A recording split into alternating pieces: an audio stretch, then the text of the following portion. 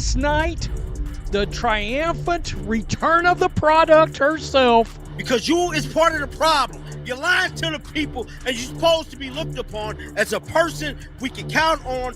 After being absent for weeks, Angel Reese eventually made a comeback to the floor. You would think that fans would be anxious to find out the truth about that alleged back issue. Perhaps some interest, perhaps even assistance. However, no. Instead, she was met with nothing but quiet. Rows of vacant chairs and a hint of resentment from the audience. So many people that squeezed in, just a mere 3,000 people short. Things just got worse, as if the supporters' lack of interest wasn't bad enough. She became the object of live TV derision for her unsteady performance, which culminated in a crushing defeat to the Seattle Storm. The entire evening became a public embarrassment. Reese is the most blocked player in the WNBA. This is where things get crazy, though. Angel Reese boasted not too long ago that she was the reason a Fever game sold out. She asserted that the audience came just for her. Indeed, the arena was packed. However, let's face it, Angel Reese had nothing to do with that. In actuality, the venue was filled because tickets were so inexpensive that they were essentially given away. Send me a few pictures, and most sections seemed to be filled. It wasn't a sellout, but there was supposedly over 19,000 people in attendance. Of course, it's easier to draw a decent crowd when tickets are selling for $3. Here's the problem, though. Angel Reese was not amenable to it. She genuinely believed that she was carrying the Chicago Sky's success and preserving the WNBA by herself. She then fully bought into her own hype and strolled onto the floor against the Seattle Storm, brimming with conceit.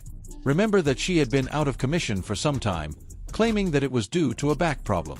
Angel Reese finally made her way back to the court. She must have anticipated a thunderous applause when she eventually took the stage.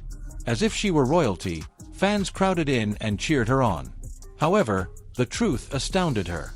Get ready. Just 6,700 fans turned up to see. Only 6,724 fans showed up to the Wintrust Arena. Yeah, it holds about 9,500 fans, so we're talking roughly 3,000 fans. We're discussing about 3,000 supporters distant from. Okay, let's examine the figures, and they don't appear promising. There are 9,500 seats in Wintrust Arena. Do the arithmetic, and you'll see that more than 2,700 of them were sitting there plain and empty. It isn't a sellout. It isn't even approaching one. To be honest, the attendance seemed more appropriate for a midweek bowling night than a professional match. I'm so happy to be back playing the game that I love. All right. Said, I'm so happy to be back playing the game that I love. Okay, dude. This is absurd. Angel Reese's big homecoming in Chicago was being hyped up by everyone as though it were going to be some kind of Beyoncé-level event. Imagine it for a moment. Wintrust Arena was completely crowded. Outside, scalpers are charging 3 times the price for tickets. To catch a peek of the Chai Barbie returning to her stage, fans were virtually swarming the doors. The buzz led us to believe that. However, reality struck with more force than a novice colliding with a hardwood face first. It was literally only 3,000 fans away from being... The scene inside appeared more like a half-empty high school pep rally gone awry than a sold-out show for her big comeback. It was hoped that the so-called double-double queen would make Chicago famous. However, the spectacular comeback she advertised was insufficient to fill a medium-sized arena. To be honest, there was more energy in the stadium during Caitlin Clark's preseason games than during this alleged headlining event. Imagine being known as the ITG girl of the WNBA. However, in order to change tickets, group discounts are still required. The question of why fans abandoned Angel Reese is now the most pressing one. Why did the enthusiasm suddenly fizzle out? All of it stems from her notorious disappearance. You're going to want to hear this, I promise. Honesty, she has gotten better at shooting. Let's be honest. Angel Reese is no longer a member of the Chicago Sky. She performs for her personal brand, the sponsors, and Instagram. Each trip down the floor seems more like she's practicing for her next social media video than it does like a basketball game. Additionally, there is a huge difference between her and Caitlin Clark. Clark is out here making a name for herself, setting records, and demonstrating her worth. Ree is concentrating on developing a character in the interim, hoping that nobody would notice the change. WNBA fans aren't blind though. They observe it. Ree has essentially checked herself out. "Sup star," shouts Clark Stats, but Reese murmurs softly, "Maybe next time." The sole factor maintaining her prominence is not her actual game, but rather how loud, ostentatious, and clickbait-worthy she is. Fans were incensed when Caitlin Clark abruptly left the Fever roster for precisely this reason. Because everyone knows that Clark is the real deal, unlike Ree.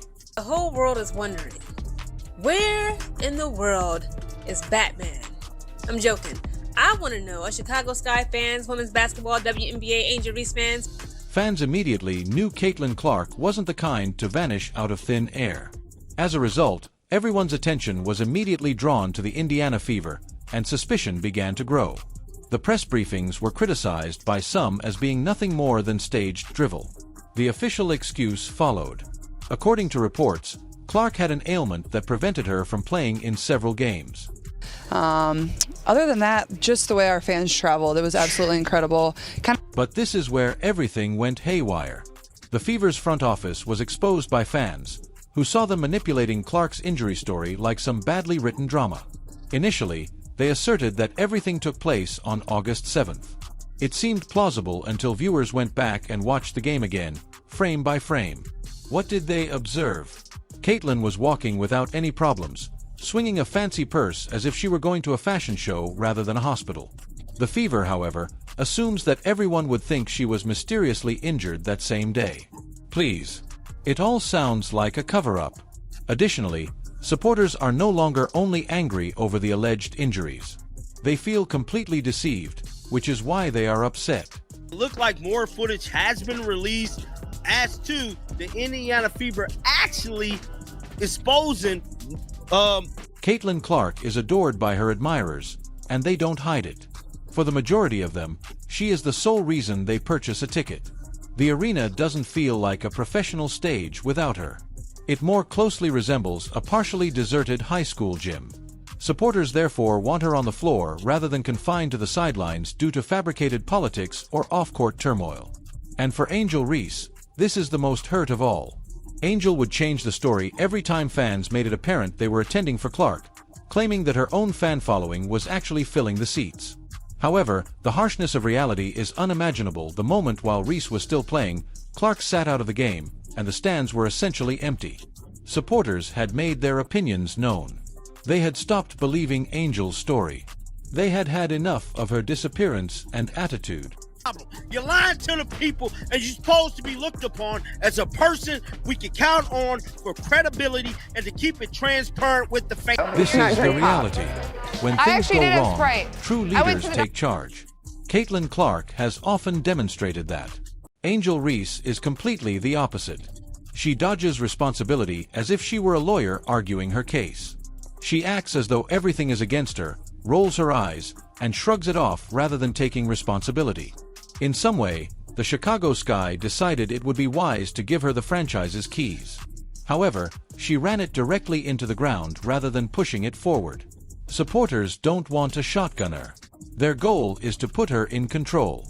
She refuses to even touch the steering wheel, Reese. She nevertheless continued to believe that her fans loved her in spite of everything. Unbelievably, she had dreams about starting her own sneaker line during her period of disappearance, one that she believed might rival Michael Jordan's iconic Air Jordans. She's experiencing a back injury. Her back is literally hurting. And is it because that she is tired of carrying the weight of the Chicago Sky on her back?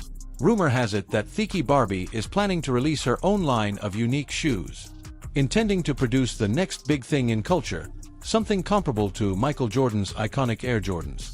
The issue is that the dream is more idealistic than practical. 3 things are necessary to establish a sneaker empire: global influence, superstar status, and devoted followers who will spend the night simply to wear your clothing. Furthermore, Angel Reese doesn't fit any of those criteria. She is unable to even fill the home stadium for her squad to 3/4. But she believes she's going to dominate the sneaker market. World. The truth is that Reese is not on track to create the next Air Jordan. She is much closer to selling flip-flops at Walgreens under the discount bin. Here that she expects to sell shoes in a way that Michael Jordan did. Let's face it, this is simply the truth and not even hate. Michael Jordan was basketball, not simply a basketball player. Because he was revered by entire generations, his legacy grew into a worldwide empire. In contrast, Angel Reese has primarily relied on Instagram posts and a tough girl persona, which followers are actually beginning to notice. And perhaps don't place yourself in the same conversation as the Jumpman if you can't even fill a 9S 500-seat arena for your much-awaited comeback. Angel Reese chasing Michael Jordan's shoe dream. As if that weren't terrible enough, Angel Reese's on-court performance only served to increase her level of ridicule. The Chicago Sky suffered a crushing 94-88 loss to the Seattle Storm, capping off her much-anticipated comeback. After all that hoopla and hype, it was simply another excruciating L. Nothing shouts, "I'm back" like letting the Storm stroll out of Winrust Arena with a win. Yes, the box score appears to be in order now. 7 rebounds and 19 points isn't awful, but let's not make it seem more than it was. Ree continues to be the player with the most prohibited accounts in the whole WNBA. At this point, the defenders read her like a book. If you want to sweat her shot, she's virtually a highlight reel waiting to happen. I actually made a comment about these. Quote, just like how they wear Jordans everywhere, I want people to wear the Angel Reese ones everywhere and to just be a household name. Does Angel Reese become a common joke in the arena because of those supposedly simple layups? Since, let's face it, what would be an Angel Ree highlight reel without a few missed gimmies to remind everyone that she is a human? That's why she bricked them both. Yes, according to the stat sheet, she shot 69%. And that appears solid at first sight. However, delve a bit further. The majority of those plays were merely mistakes that a player of this caliber ought to be making automatically. That floor general and that floor leader, did the Chicago Sky break Angel Reese's back? If that wasn't enough, fans are furious with Angel Reese because of her exaggerated confidence. She enters the court as though she has already earned a seat in the Hall of Fame, but in actuality, she is securing mostly bricks off the backboard. The continual eye rolls, shoulder shrugs, and smug little smirks don't give off professionalism. Her real game is overshadowed by this bad girl character that they simply support. Angel Reese is the most blocked player in the WNBA, and believe it or not, I believe that's a real stat. It really doesn't end there. The main problem with Angel Ree is the negative impact she has on her own group. For instance, Camila Cardoso. Cardoso was finally finding her rhythm and taking control when Ree was gone. But it seemed like someone flipped a switch the instant Angel returned to the court. Cardoso's output abruptly stopped. It seems as though Reese's presence totally destroys the rhythm her teammates were having rather than encouraging them in any way. Consider that. Being the celebrity who degrades everyone in your vicinity. That's not being a leader. It's sabotage disguised as a headband. Now try to make a layup. Good luck with the layups. Let's clarify one thing first. Angel Reese does not resemble the unstoppable superstar she claims to be. She appears more like a stat chaser with some serious flaws in her game, if anything. She will undoubtedly steal some boards and slip in some points, but let's face it. In actuality, Ree is the WNBA's most blocked player. Consider that for a moment. In addition to showcasing her own achievements, her highlight reels also feature the best defensive performances from her opponents.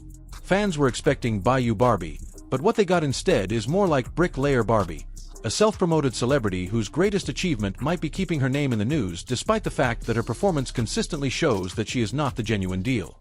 Caitlin Clark, meanwhile, is completely different. She is winning over WNBA fans worldwide in addition to putting up numbers. However, what are your thoughts? Are fans finally beginning to realize the reality, or is Ree just all hype? Please share your opinions in the comments section below.